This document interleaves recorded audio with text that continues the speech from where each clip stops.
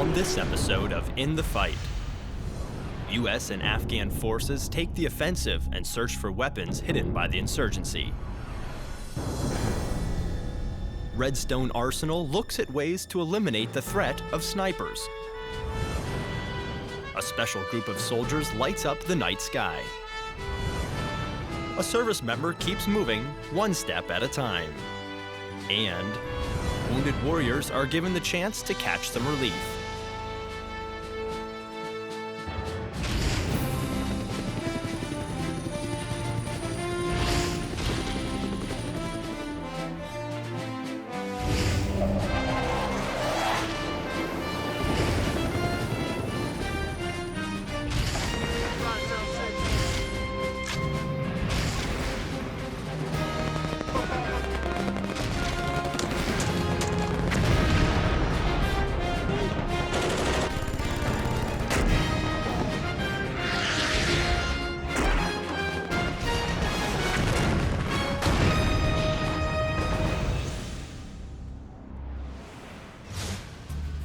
The threat of rocket attacks on Kandahar Airfield is always present, so members of the 2nd Cavalry Regiment take the offensive and search nearby for weapons hidden by the insurgency. Army Sergeant Carl Greenwell files this report. Just outside the gates of Kandahar Airfield are endless rows of grapevines and pomegranate trees. To the Kuchi tribe and to the Kandahar province, these fields are their way of life. But the same fields that help stabilize this region are making it easy for insurgents to hide rockets aimed towards the airfield and Kandahar city. We're set up in security right now. I was coordinating with the A&A platoon sergeant, and we figured out a scheme and maneuver for clearing the some of the grape rows over here. So they're gonna clear the southern half of these grape rows. We're gonna clear the northern half. Yeah, how many lanes you got in front of you? In the southern half, there's a couple buildings that they can enter and clear for us. The Afghan National Army's Mobile Strike Force, or MSF, have been working with soldiers from the 2nd Cavalry Regiment, patrolling these fields and talking to the local tribes in hopes of stopping insurgent activity. Sometimes the enemy comes out here to hide rockets or IEDs targeted towards the city. This causes trouble for the people. Therefore, we come out here to patrol and find these rockets, to get rid of them, and to secure the area. But patrolling the area is no easy task. With limited personnel, the number of rows that need to be checked, and the thick vegetation make finding anything difficult. So partnering with the A&A is a big help. McCullough says, Our partnership's going great with the A&A. They're able to operate independently, but because we can partner with them, it's a force multiplier for our squadron, providing defense for Kandahar Airfield. Although no rockets or ID making materials were found today, U.S. forces have been able to reduce the amount of rocket attacks on Kandahar Airfield and help the A&A secure the Kuchi tribe's way of life. Reporting from Kandahar, Afghanistan, I'm Army Sergeant Carl Greenwell. A sniper can place a whole platoon in the grips of fear, inducing constant stress on the opposing force. The employees at Redstone Arsenal are looking at new ways to eliminate this threat and keep U.S. forces safe. Army Materiel Command correspondent Joseph Givens brings us this story. In Afghanistan, soldiers are looking for any advantage they can to gain footing on a potential threat, and employees from Army Materiel Command are working to provide them that edge. Engineers like Dr. Timothy Edwards at Redstone Arsenal understand their expertise is needed and are working to reduce sniper attacks on forward operating bases, or FOBs, by using a small electronic device called the Hostile Fire Detection System, or the Firefly. It sits there, it geolocates itself, and it just waits till there's a flash and a bang that correlates to small arms, RPGs, or heavy machine guns. The Firefly's job is to pinpoint the location and distance of enemy fire using its 360-degree surveillance system. It has the ability to detect and classify line-of-sight and non-line-of-sight hostile fire as small arms, heavy machine gun, or rocket fire, but the technology doesn't stop there. There's a containerized weapons system over here with a Crow's 50 caliber machine gun. That machine gun links to the Firefly network and shoots remotely to neutralize the threat. But even with these advantages, the soldier's biggest concern still exists, and it isn't a physical threat. Remote locations face challenges in sustaining power to the Firefly system. along perimeter walls where soldiers become extremely vulnerable to attack while they're changing out batteries. But AMC's Communications, Electronics, Research, Development, and Engineering team at Aberdeen Proving Ground has answered the call. Fuel's not the easiest thing to get. You need delivery lines, those lines get hit all the time. And they just want something that's instantaneous, that doesn't need a lot of maintenance. So you can set up a system like this and just set it and forget it. The reusing existing natural energy wind and solar system, or renews, enables the harvesting of wind and solar power directly on the battlefield, and it has the potential to produce up to 300 watts of energy where the resupply of fuel is risky. There's a need for smaller power to charge batteries and radios, to charge laptops. And before you had systems like this, you needed a generator. So that means fuel, maintenance, being able to get a generator somewhere, because those aren't the easiest things to carry around. Once connected to a Firefly system, the Renews provides continuous power throughout the day. The most maintenance you got to do on it is maybe wipe the solar panels off if they get covered. Smaller scale is great, but everyone wants bigger and better. The larger, trailerized systems comes with all the renewable bells and whistles as the smaller version, but it also has the added support of a generator and a brain. The bigger systems are also intelligent. So that generator will not turn on unless it has to. Unless the signal in the battery says, look, we're too low, we're not getting enough wind, we're not getting enough solar, kick on, give us the power that we need. With technology like this, no energy is being wasted, free energy is being gained, and the soldier's life is made safer. From the Army Materiel Command at Redstone Arsenal, I'm Joseph Givens. Happy holidays. I'm Master Sergeant Scott Guffey from Kunsan Air Base, Korea. I'd like to wish happy holidays to my parents and my sisters in Phoenix, Arizona. Hello, my name is Psalm First Class Andrea Williams here at Afghan, Afghanistan. I would like to give a shout out to my kids, Dominique and Terriana Scott in Boston, Georgia. Happy holidays. Hi, my name is Commander Matt Southwick, and I'm here in Guantanamo Bay, Cuba, and I wish happy holidays to all my friends and family back in Pensacola, Florida. Happy holidays, everyone. This is PFC Richard Watson Embry giving a holiday greeting from Camp KCD to Corona, California. Just saying, hi, Mom, love you, and everyone else. Happy holidays. My name is Sergeant Billy West. I'm in Camp Casey, Korea, Dunkerton. I want to give a happy holidays to Sarah West and my newborn baby, Brandon and Tiana. I want to say I love y'all, happy holidays. Hi, my name is Specialist Cedric Harrison, operating out of Afghan, Afghanistan. I have to wish all my friends and family, especially my mother, Relisa Harrison, happy holidays back at home in Moss Point, Mississippi. I wish I was there with you guys, and I'll see you guys soon. Hi, I'm Technical Sergeant Danielle Turner, stationed at Osan Air Base in South Korea. I just want to say hi to my family in Montgomery, Alabama, my mom, and all of my family and cousins. Just want to say happy holidays. Coming up, a new tool helps keep engineers safe. And a special group of soldiers lights up the night sky. Check out DividsHub.net for the latest accurate and reliable information as In the Fight continues. Which of the following is not a component of a modern mortar system? The answer when we return. With the new Military 24/7 app from Divids, you turn your favorite mobile device into a window to the front lines. Connect with your nation's finest men and women through our video and photography archives and stay up to date with news reported directly from service members. Quickly share information and breaking stories with friends via Facebook, Twitter, or email. News, photos, video. Your military 24/7. Responsible for 20 countries throughout the Middle East and Central Asia, in an area larger than the continental United States, Marine Corps Forces Central Command provides Marine Forces a unique set of command and control capabilities to our deployed forces during contingencies and crisis response operations.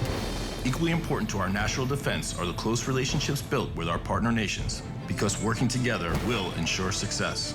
Marine Corps Forces Central Command, forward deployed and forward engaged.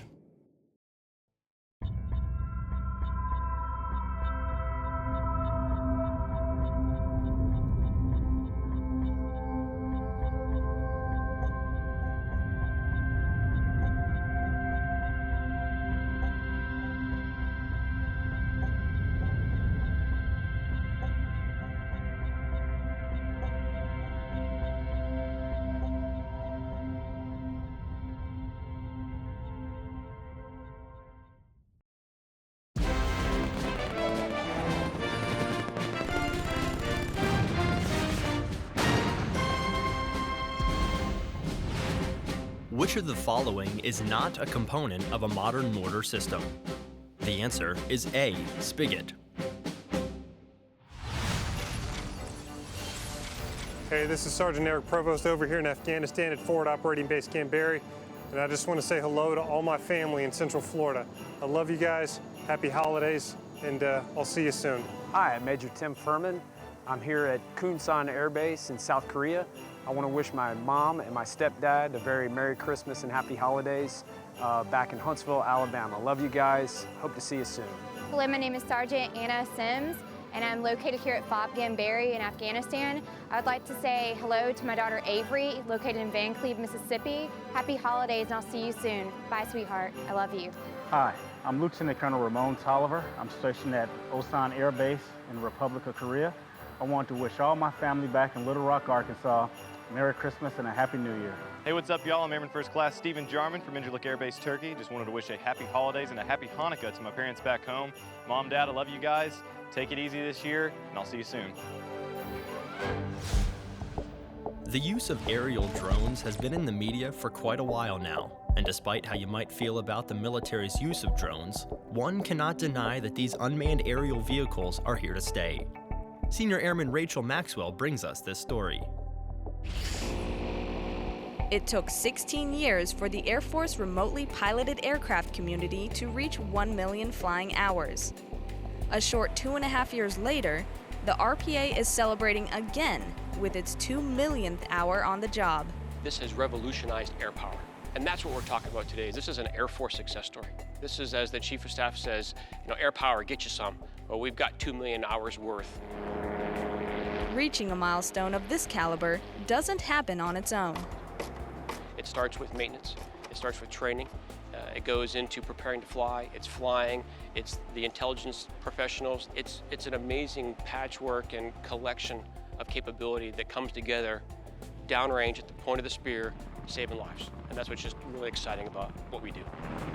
It's all a result of the hard work of the men and women that are on the ground, the maintainers who forward deploy and do constant rotations all over the world, set up sites in a moment's notice. It's their hard work and their dedication that make all this possible. We're just excited to be part of this innovation. A lot of our maintainers come off of F-16s or prior legacy platforms, and now they're part of the cutting edge of technology of bringing this capability to the warfighter. That commitment has led to a unique achievement that has landed this team a spot in Air Force history. Senior Airman Rachel Maxwell, Ready? Go. Creech Air Force Base, Nevada. Most people don't realize how much work goes into getting a plane in the air. Airman First Class Jared Vickers takes us behind the scenes of one of McConnell Air Force Base's specialty shops and shows us how the little things make up the big picture. Hidden away within the 22nd Maintenance Group building, you'll find McConnell's Wheel and Tire Shop, and it's manned by only 3 people. This is the fun part. Yeah. Everyone likes building tires. With the fast pace of flight line operations, airmen can find themselves tasked to different shops in just a matter of days. One of the guys I was working in here said he was moving back to the flight, and I was like, oh. And he goes, by the way, you're my replacement. So sure enough, I get off leave, and they're like, yeah, you go down to Wheel and Tire tomorrow.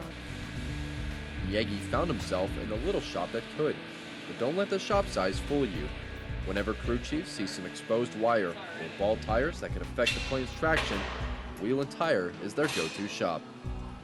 May not look like we're doing much, but in the big picture, it's a lot different.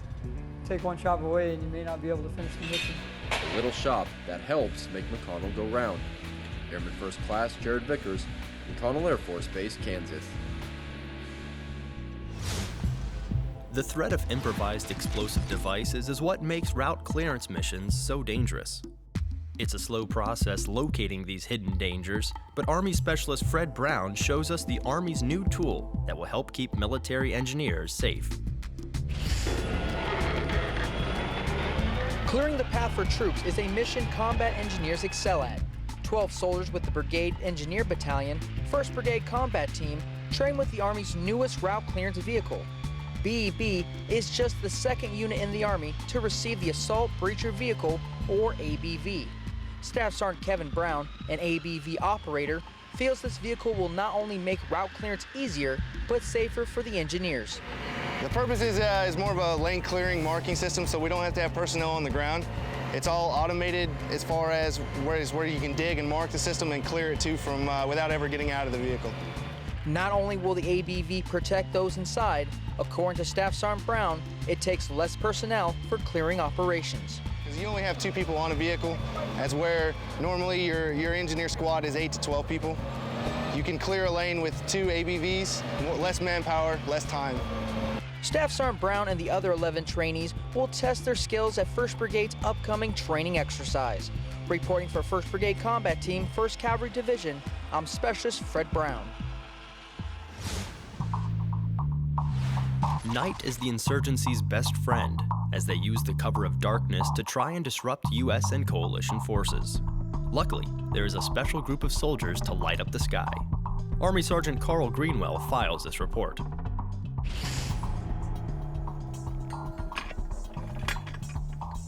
Fire. Nighttime in southern Afghanistan can be dangerous, with mountains and wide open land allowing the Taliban and other insurgents to roam freely. And sometimes spotting them can be difficult, even with night vision. So that's when they call in Sergeant Jonathan Speth, a mortarman attached to Ghost Platoon 4-2 with the 2nd Cavalry Regiment. And tonight, his mission is to light up the night sky to make sure that there's no enemy forces out doing anything shady or trying to disrupt any activity that we have planned for CAF or FLNC. Firing illumination rounds are very important to the operations at Kandahar Airfield, or CAF for short. Not only does it show the enemy that we're out keeping a watchful eye over the area, it'll also prevent future attacks on CAF. Fire. 5, 4, 3, 2, 1. And when it comes to actually firing the mortars, Speth said it's pretty simple. Essentially how it works out is we will have a direction towards the target and set up a reference point that we know will not change position, that we can aim off of in order to shift our cannon to hit anything that needs to be either illuminated or destroyed at that time. He remembers the first time he fired a mortar round. First time I ever shot one was back in basic training. I was one of the ones selected for the 120 millimeter cannon, and once that first round goes off though, it's definitely a feeling that you won't forget easily ever again. Reporting from Kandahar Province, Afghanistan, I'm Army Sergeant Carl Greenwell. Hi, my name is Sergeant First Class Sharada Banom here in 5 Gamberry, Afghanistan. I'd like to say hi to my sisters and daughter in Alma, Georgia. Happy holidays, and I love y'all. Hi, this is Staff Sergeant Thompson, stationed at Camp Boniface. I'd like to send a holiday greeting out to my friends and family in Miami, Florida. Love you guys, miss you very much. I'll be back soon. Hi, I'm Petty Officer Brian Brooks, stationed at American Forces Network, Yokosuka, Japan. Just want to give a shout out to my parents in Jacksonville, North Carolina, Terry and Lillian. Happy holidays, me and the family, love you both. Can't wait to get back out there to see you again. Take care, and we'll see you soon. Love you. Hi, I'm Staff Sergeant Donald Jackson, coming to you from Lodges Field in the Azores. Just want to send a shout out to my mom, my dad, my little sister Alicia, and everybody back home in Baltimore.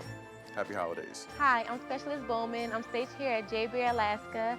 I want to send a happy holidays to my family, Willingboro, New Jersey, Auntie Quad, Whitney, Uncle Butch, Shaniqua, my mom, Quasina, and Alexis. I love you. Happy holidays. Coming up, wounded warriors are given the chance to catch some relief. And we'll showcase some of the best photos from our service members as In the Fight, presented by Divots, continues.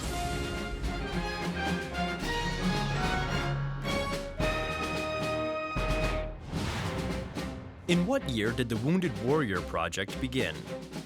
The answer when we return. I want to give a shout out to my family and friends. I want to send a shout out to my husband, to my parents, my family back home. I'd like to give a shout out to my girlfriend. to my family and friends in Lansing, Michigan, To my family out in Tucson, Arizona. My beautiful wife and children in Des Moines, Iowa. To everybody in Texas. In York, Pennsylvania. Colorado Springs, Colorado. Chicago, Illinois. Harrisonburg, Virginia. Orlando, Florida. Oceanside, California. And Fort Leonard Wood, Missouri. I love you guys. I miss you. And I hope I'll see you soon.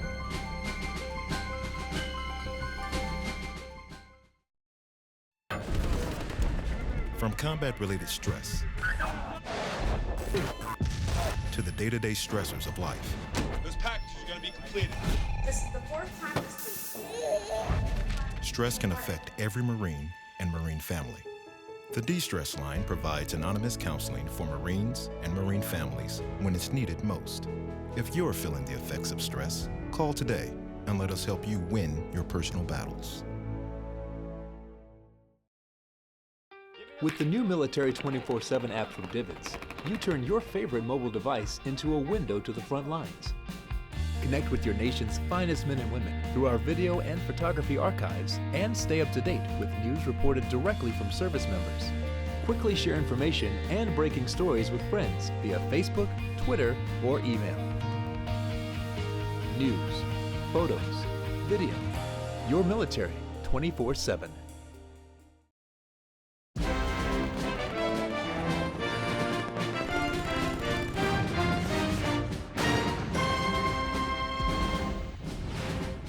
In what year did the Wounded Warrior Project begin? The answer is D, 2003. Hi, I'm Sergeant Danielle Grant from FOB Ganbury, Afghanistan. I want to say hi to my dad and my sister in Goldsboro, North Carolina. Happy holidays, guys. Hello, I'm Master Sergeant Jimmy W. Peters, stationed at Camp Casey, Korea. I'd like to say hello to my dad and mom, Jim and Ruth Peters in Van Buren, Arkansas. I wish you happy holidays and I love y'all. Hi, I'm Staff Sergeant Kalisha Moore, stationed at Incirlik Air Base, Turkey. I would like to wish all my family in Memphis, Tennessee a happy holidays. Hi, I'm Lieutenant Antonio Williams, stationed in Yokosuka, Japan on COM 7 Fleet. I want to wish my mother-in-law, my brother-in-laws a Merry Christmas and Happy Holidays. Hi, I'm Senior Airman Kimberly Martinez from Lodgesville, Azores, and I just want to say happy holidays to my mom and my family. Miss you guys. Hi, I'm Air Force Staff Sergeant Eric Newell, Kunsan Air Base, Korea. Wishing my family and friends back in Tucson, Arizona a very safe and happy holidays. Hi, this is Captain Silva Garza. I'm serving here at Lodges Airfield in the Azores. I would like to say hi to my family in Texas. Have a happy holiday and Happy New Year. Goodbye. Since the war began, there have been countless military members wounded in action. Army Sergeant Jason Jones tells us about a program geared to help service members overcome adversity and what one soldier is doing to keep moving forward, one step at a time. For Colonel Jack Ussery, the Wounded Warrior program inspired him to overcome his adversity with his injuries and support his fellow brothers in arms. He walks 100 miles every year to raise money for the Wounded Warriors program, a non-governmental funded program geared to provide unique and direct programs that meet the needs of injured service members. About 6 years ago, I had both my knees replaced because I burned in on a jump at Fort Bragg. And when it happened, I went through some period of anger, a little bit of pity, and then I finally had to decide one day whether I was going to fight or quit. And I chose to fight. The will to fight led him to the Wounded Warriors program, where he discovered his outlet to make a difference. I kind of had a connection with the Wounded Warriors because the ones I've seen over the years at Bagram and places, they kind of have to come to that same point of, am I going to fight this thing or am I going to roll over and quit? And they all fight, and so I kind of got hooked up with them that way. Colonel Ussery's message to all Wounded Warriors: within the constraints of your injury, there is still a lot you can do, and never give up the fight. Army Sergeant Jason Jones, New Kabul Compound, Afghanistan. Sometimes the best treatment for wounded warriors comes from outside the hospital. Army broadcasting correspondent Gail McCabe takes us to North Georgia, where soldiers are given the chance to catch some relief. Jeremy Young says the fishing helps, but he's still scarred with memories of war. Sometimes my hands don't do what I tell them to, but stuff like this makes me use them more, and it helps them to get there. Joey May says problems with his joints makes it hard to step up to much of anything. Using my joints today was a real accomplishment. This is something I haven't had to step away from. For Harry Yates, getting out on the river helps him deal with traumatic brain injury. Dealing with the tension and the headaches and the ability to say exactly what I want to say sometimes is difficult. Days like this, they say, makes things better. They get out there, they're with their friends, and they're catching fish, and you wouldn't believe how great it is for them. Helping injured soldiers is the goal of Project Healing Waters, a non-profit organization based on fly fishing. Since its start in 2005, Project Healing Waters has literally taken off, hook, line, and fly. It's not just here in Georgia, but it's all over the place that we have people that are willing to support and donate their times and donate funds, donate equipment, and it makes a big difference. From basic lessons to tournaments to weekend outings, the objective is physical and emotional rehabilitation. It's just a great way for them to get away from the daily trudges and their aches and pains and the other issues, and it teaches them how to get back to being in the world again. It's therapy, camaraderie, reflection, relaxation. To take my mind off the pain and all the sleep problems and nightmares and everything I've been having. It's opportunity for healing, inside and out. Gail McCabe, Georgia. Divots is a 24/7 operation that provides a timely, accurate, and reliable connection between the media and the military serving worldwide. Through a network of over 200 portable satellite transmitters around the globe and a distribution hub in Atlanta, Georgia, Divots gives you access to the front lines with live and archived broadcast video, still imagery, and print products. Visit our website at divotshub.net and search through our enormous video and photo library. Register on our website to gain complete access to high-definition content, along with breaking news alerts and webcasts from top military officials. For questions or comments about In the Fight or Divots, you can email us at ondemand@divotshub.net or follow us on Twitter and Facebook. As we close, we feature some of the best photos that Divots has to offer, as we listen to Eddie Horst's composition, Pangea. See you next time, In the Fight.